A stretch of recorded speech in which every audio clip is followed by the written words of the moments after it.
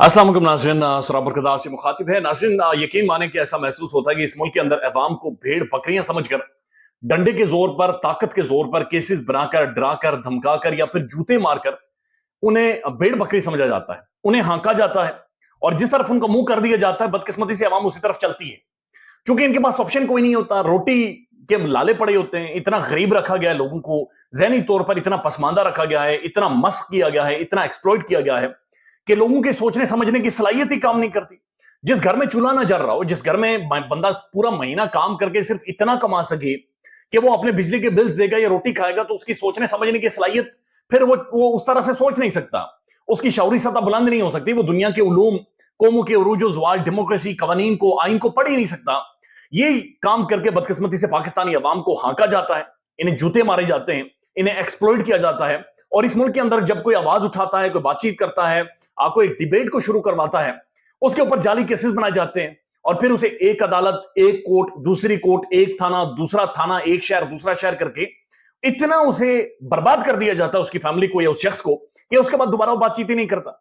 Anchor Imran Riaz Khan हमारे सामने एक मिसाल है, एक पढ़ा लिखा नौजवान, एक खूबसूरत नौजवान, एक आवाज, इस पूरे मुल्क की सबसे बड़ी आवाज। उस आवाज को हम सब के सामने ना सिर्फ केसेस बनाया गया, बल्कि घसीटा गया, मारा गया, इतना तशद्दुद किया गया कि वो बंदा एक पूरा जुमला नहीं बोल सकता।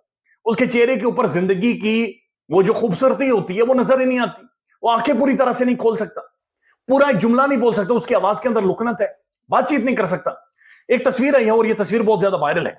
ये तस्वीर एक अमेरिकन एम्बेसडर डोनाल्ड ब्लूम, इस वक्त का एम्बेसडर, मियां नवाज शरीफ साहब के साथ मिल रहा है। मियां नवाज शरीफ के सामने बैठकर मुस्कुरा रहे हैं, दोनों हंस रहे हैं। यानी मुझे समझ नहीं आई कि अमेरिकन एम्बेसडर, एक बैनुल अक़वामी, एक सुपर पावर, एक इंटरनेशनल एस्टेब्लिशमेंट, वो मियां नवाज शरीफ के सामने क्यों बैठी हुई है? वो एक ऐसे शख्स के सामने बैठी हुई है जो कि कन्विक्टेड है, जो कि मुजरिम है, जिसके ऊपर केसेस साबित हुए हैं, जो कि नाअहल है, लेकिन उसके घर में जाते हैं, उसके दरवाजे पर जाते हैं, उसके सामने बैठकर मुस्कुरा रहे हैं। ना सिर्फ मुस्कुरा रहे हैं, बल्कि उसके बाद जो नून लीग प्रेस रिलीज जारी करती है, उस प्रेस रिलीज के मुताबिक मुलाकात के दौरान दोनों रहनुमाओं ने पाकिस्तान की सियासी और मुआशी सूरत-ए-हाल, खास तौर पर आम इंतखाबात की तैयारियों के हवाले से तबादला ख्याल किया। अब ये सियासी और मुआशी सूरत-ए-हाल, मुआशी मतलब पैसे, मतलब रोटी, मेरी और आपकी रोटी। यानी डोनाल्ड ब्लूम एक कन्विक्टेड शख्स के साथ, एक मुजरिम के साथ बैठकर मेरी और आपकी रोटी के बारे में कहते हैं डिस्कशन हुई।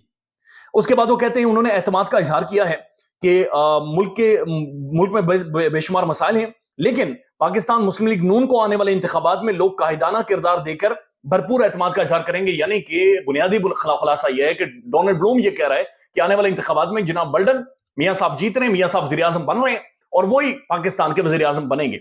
यानी डोनाल्ड ब्लूम इंतखाबात से तकरीबन 2 महीने पहले बैठकर जाती उमरा में उनके घर में बैठकर ये डिसाइड कर रहा है कि मियां साहब आप अगले वज़ीर आज़म बनने वाले हैं। ये इस मुल्क के अंदर मजाक है, ये इस मुल्क के अंदर एक ढकोसला ड्रामा है जो बदकिस्मती से किया जाता है। दोनों रहनुमाओं ने पाकिस्तान और अमेरिका के दरमियान दो तरफा ताल्लुकात और मुख्तलिफ शोबों में तावन पर गुफ्तगू की है। रहनुमाओं ने मुलाकात में दोनों ममालिक के दरमियान पुख्ता और मुस्तहकम शराकत दारी की अहमियत का एतराफ किया है।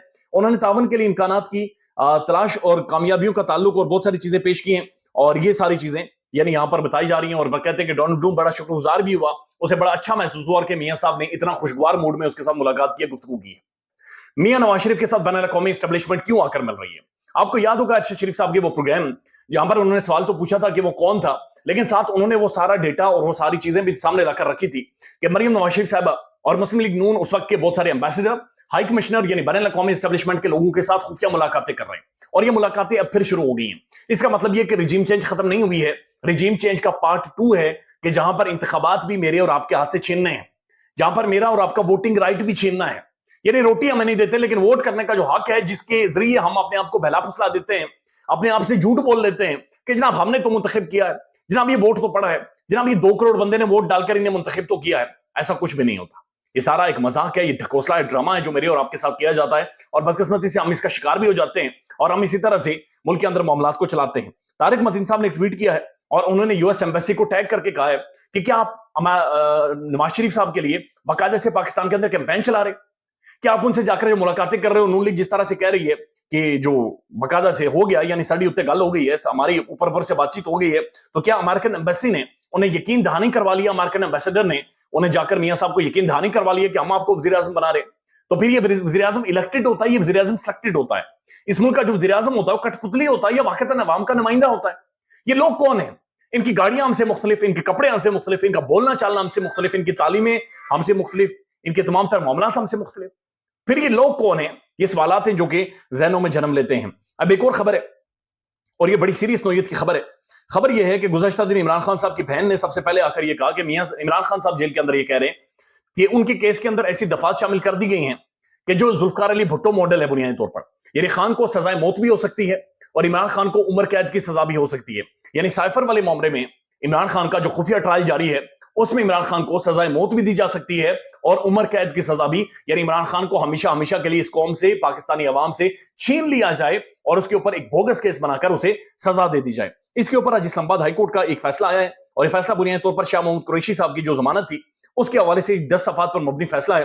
اس فیصلے میں باقاعدہ سے لکھا جا رہا ہے کہ جناب principal accused namely Imran Ahmed Khan Niazi, hence his case falls under section 9 of the Official Secret Act 1923 and punishment for the referred offense is same as of the principal offender, death or life imprisonment. یعنی اسلام آباد high court یہ کہہ رہے ہیں کہ official secret act section 9 کے تحت کا مقدمہ خان کے اوپر بنایا گیا ہے اور اس کے تحت عمران خان اور شاہ محمود قریشی کو وہی سزا ہوگی جو کہ ڈیتھ ہے یا پھر لائف امپریزنمنٹ ہے, یعنی کہ عمر قید ہے یا پھر سزائے موت ہے جو کہ اس سارے معاملے میں دی جا سکتی ہے. ثاقب بشیر صاحب one of the prominent court reporter یہ لکھتے ہیں کہ عمران خان کے خلاف سائفر کیس میں جو عمر قید سزائے موت کی دفعات لگی ہیں, شاہ محمود قریشی کا کیس بھی اسی تناظر میں دیکھا جائے گا. شاہ محمود قریشی کے کیس میں عدالت کا تفصیلی فیصلہ ہائی کورٹ نے گویا ٹرائل جج کو بتایا ہے کہ جتنی سزا عمران خان کو سنانی ہے اتنی ہی شاہ محمود قریشی کو بھی سنانی ہے. اور سزا کیا ہے کہ یہ جناب سیکشن 9 آفیشل سیکرٹ ایکٹ میں فال کرتی ہے, یعنی کہ سزائے موت یا پھر عمر قید کی سزا آپ نے باقاعدہ سے دینی ہے عمران احمد خان نیازی کو اور شاہ محمود قریشی کو. ایک اور خبر ہے اور یہ خبر ہے فیصل باوڈا صاحب کی. فیصل باوڈا یہ صاحب یہ کہتے ہیں کہ آنے والے ٹائم میں آپ دیکھیں گے کہ شاید کوئی بڑا بزنس ٹائکون سامنے آئے گا اور وہ آ کر یہ کہے گا کہ جناب مجھ سے رشوت لی گئی ہے. یعنی بڑا بزنس ٹائکون یعنی ملک ریاضی سامنے آ سکتا ہے اور وہ آ کر یہ کہے گا کہ عمران خان نے مجھ سے رشوت لی ہے, انہوں نے سارے معاملات میرے ساتھ طے کیے ہیں اور انہوں نے مجھ سے پیسے پکڑے ہیں. یعنی پوری کوشش کی جا رہی ہے, پوری سہولت کاری کی جا رہی ہے کہ ایک شخص کو اپنے سزا دلوانی ہے اور ایک شخص کو اپنے وزیر اعظم بنوانا ہے. اب ان دونوں معاملات میں عوام کہیں پر نہیں ہے. عوام صرف اس لیے ہے کہ عوام کے ساتھ ایک کھنس ہے, عوام کے ساتھ اس وقت سوالات کیے جا رہے ہیں کہ آپ لوگ کھڑے کیسے ہوئے, آپ لوگوں نے کوشچن کیسے کیا, آپ لوگوں نے سوال کیسے پوچھے. اور اس کے ساتھ ساتھ ہم دیکھ رہے ہیں کہ میاں صاحب کے لیے باقاعدہ نہ صرف ماحول بنایا جا رہا ہے بلکہ بکاؤ میڈیا بھی کام کاج کر رہا ہے اور اسٹیٹ ٹیلی ویژن کے ذریعے یعنی ریاستی براڈ کاسٹر کے ذریعے بھی میاں صاحب کے حوالے سے کھل کر پاکستان میں ایک کیمپین چلوائی جا رہی ہے. اور پاکستان کا پرومیننٹ جرنلسٹ حامد میر صاحب باقاعدہ سے یہ کہتے ہیں کہ جو بھی لوگ نون لیگ کے اندر اس وقت شامل ہوئے ہیں ان سارے لوگوں کو باقاعدہ سے پریشرائز کر کے شامل کروایا گیا ہے, انہیں پریشرائز کر کے نون لیگ کے اندر باقاعدہ سے جگہ دی گئی ہے اور میاں صاحب کو بھی پریشرائز کیا گیا کہ ان سارے لوگوں کو اپنے ساتھ رکھیں. اور میاں صاحب نے بغیر چونچنا کیے ان تمام تر لوٹوں کو, ان تمام تر شخصیات کو جو باقاعدہ سے استعمال ہوتی ہیں اور حکومتیں گراتی ہیں انہیں اپنے ساتھ ملا کر شامل کر کے ویل ڈن تھمز اپ کر کے وہ جاتی عمرہ میں جا کر بیٹھ کے. دس از ہاؤ اس ملک کے اندر معاملات بدقسمتی سے چلتے ہیں. خیال رکھیے گا اپنا. اللہ حافظ.